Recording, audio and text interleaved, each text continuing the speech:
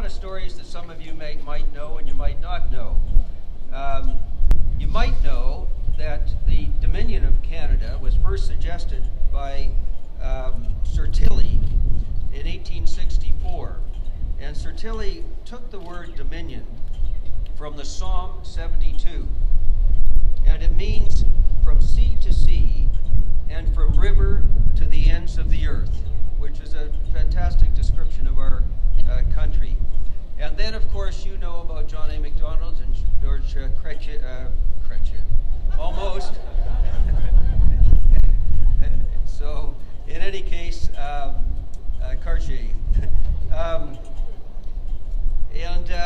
So in 1867 they came together. Now at the time, Canada was under attack, and we've been under attack, you know, pretty regularly throughout our history.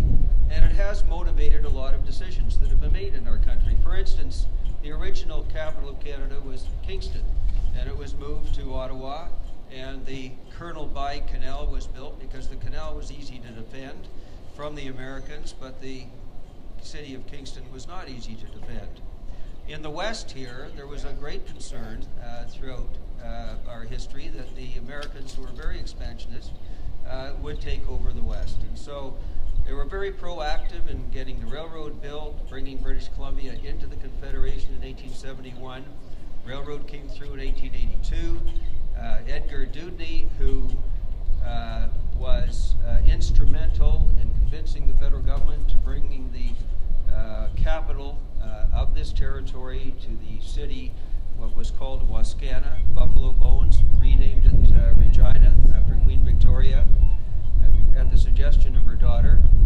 And of course Dewdney had an interest here because the railroad was coming through, and he bought up a bunch of land and felt it was a good place to relocate the capital and help that happen. So in any case,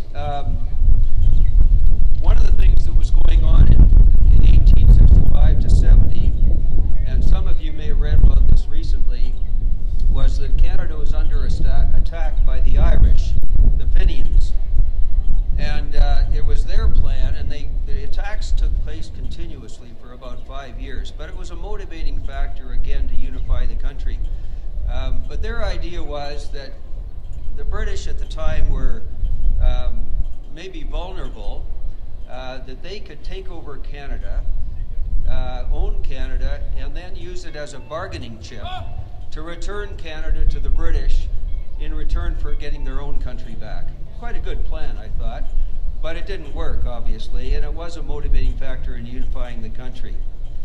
And then going back a little bit before that, and I tell my American friends about this, you'll all remember the War of 1812, which we celebrated recently. And you may or may not know this, but during the War of 1812, the British ships, or the Canadian ships we could call them, had moved into the Baltimore harbor and attacked the American ships. While that attack was taking place, a lawyer, Francis Scott Key, penned the national anthem of the United States, which became the national anthem. So I tell my American friends that we, Canadians, actually inspired their national anthem.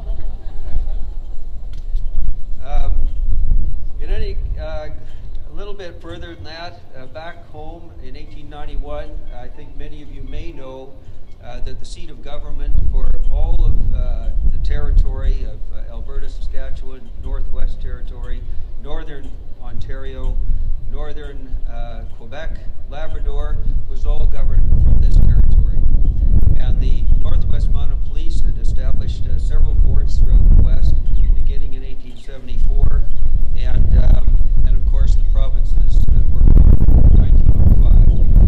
And so we have a great history in this part of our country, and we have contributed very significantly to this national confederation. I have to say that for Carol and we've been everywhere in the world. We've been very fortunate to be able to travel to most parts of the world, and there is no country in the world that can even compare with this country. Even the country south of the border, they've got great things south of the border, but they don't have what we have. We have the greatest country in the world. Our freedoms, our democracy, our commitment to free markets, and and we provide the greatest opportunities for the greatest diversity. And Mohammed talked a little bit about that tonight. So I just want to say that I'm a proud Canadian. I know we all are. We wouldn't be here if we weren't. And let's celebrate. Thank you.